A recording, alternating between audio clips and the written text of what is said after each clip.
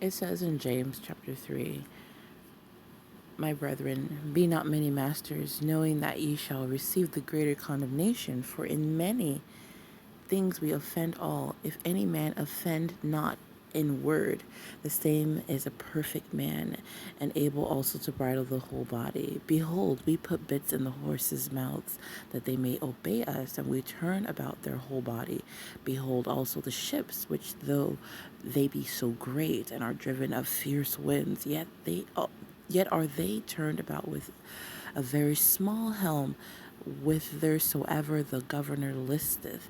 Even so the tongue is a little member, and boasteth great things. Behold, how great a matter a little fire kindleth.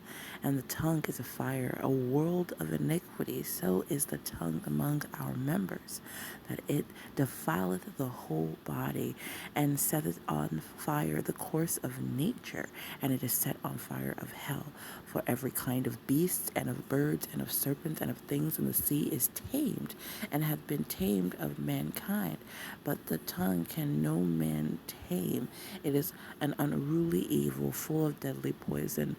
Therewith bless we God, even the Father, and therewith curse we men, which are made after the similitude of God.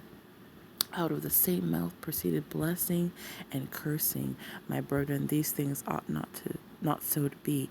Doth a fountain send forth at the same place sweet water and bitter?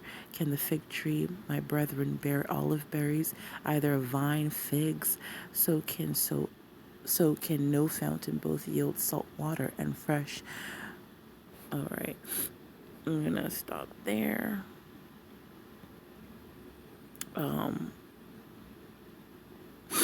So this is like about, he's talking to brethren, kind of telling them to tame their tongue. Okay, that our tongue can cause a mess of things, right? With what we say. He even describes it as, it's earthly, sensual, devilish, to be bitter, envying, strife in our hearts, because out of the abundance of the heart, the mouth speaks, right?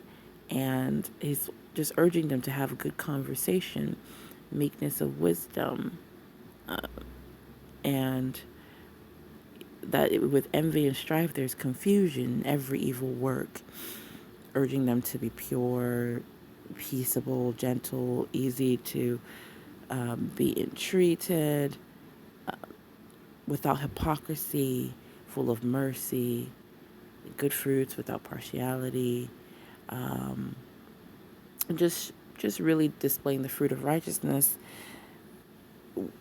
sown in peace, being peacemakers, right? Not causing strife. Now, but what was interesting in describing the tongue,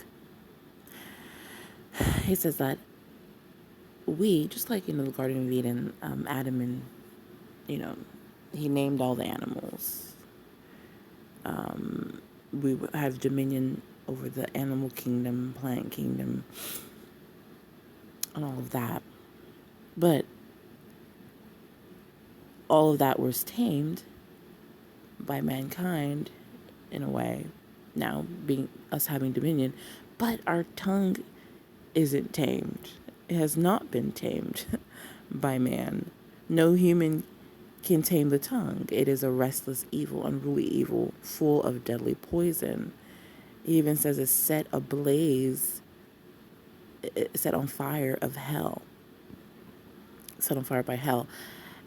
It stains the whole body, defiles the whole body. And it really reminded me of, what Jesus was saying. Oh, look, O generation of vipers, how can ye, being evil, speak good things? For out of the abundance of the heart, the mouth speaketh. He was talking to, who did he call vipers? The religious leaders.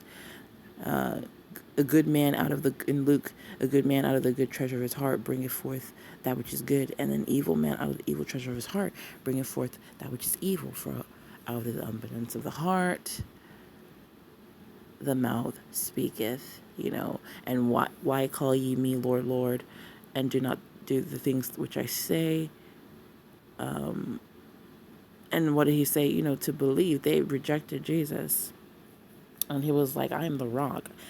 You build your house on me. When the winds come, you won't fall. And it's talking about, like, James was saying about, like, out of the mouth, blessing and cursing. And Jesus is like, how can a tree, over here in Matthew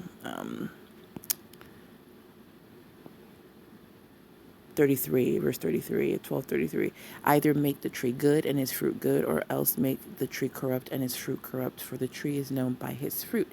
And he's talking about what you speak, what you say, the fruit of your lips, right? And that's what the same thing that James is saying, the fruit of what we say, right? That's the fruit.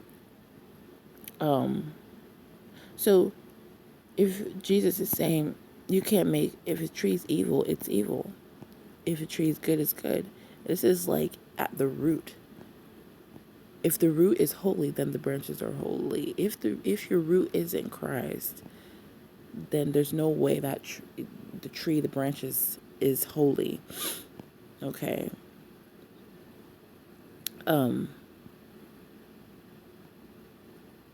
So that's why it's like, for a good tree bringeth not forth corrupt fruit, neither does a corrupt tree bring forth good fruit. For of thorns men do not gather figs, nor of bramble bush gather they grapes. This just seems so close to what James is saying here.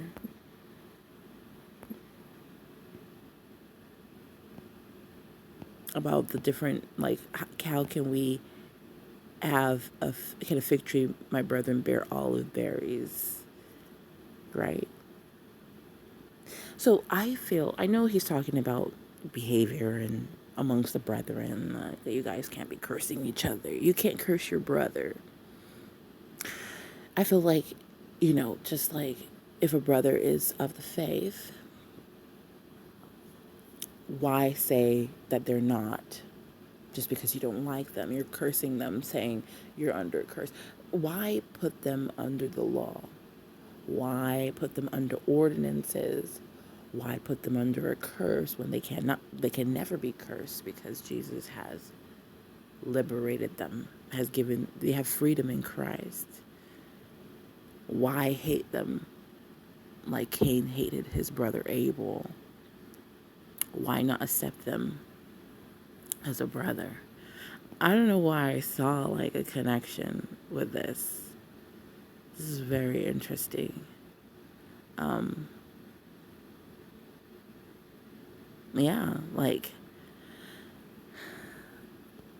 as much as this is a behavior, hey, watch what you say, but why is he's talking about, my brethren, be not many masters.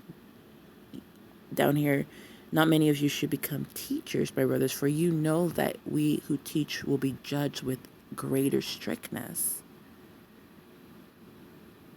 So teaching, you gotta be careful what you say. You can't bear false witness. You can't, out of your mouth, preach a false doctrine, false teachings. You gotta stick to the gospel, the truth of the word. Uphold the word with reverence. There's like this severity for teachers because they guide. Your mouth can control, just like the helm controls a huge ship, just like a small bit in a horse's mouth controls that powerful animal. What you say affects what people that you're teaching, what they hear. So out of your mouth should come life. The word should be the words of life, the words of Christ, and not the words of the law, the words of condemnation or death, which the law administers death, condemnation, shame, fear. So I just saw that we should bridle our tongue in that sense. Be careful to teach the truth. Be careful what we teach. And Jesus makes it clear, keep him the focus. He is the rock. He is the life. He is our house. He is the root. Be rooted and grounded in his love. Be sun conscious. Keep him central. Keep him the main thing, right? All eyes on Jesus, heavenly things. Be spiritually minded, which is life and peace. If you're carnally minded, it's death. So this was very interesting connection. I hope you guys saw it too. I know this video was kind of all over the place, but I just want to make a few connections here and there. All right, I love you all. Have a blessed day.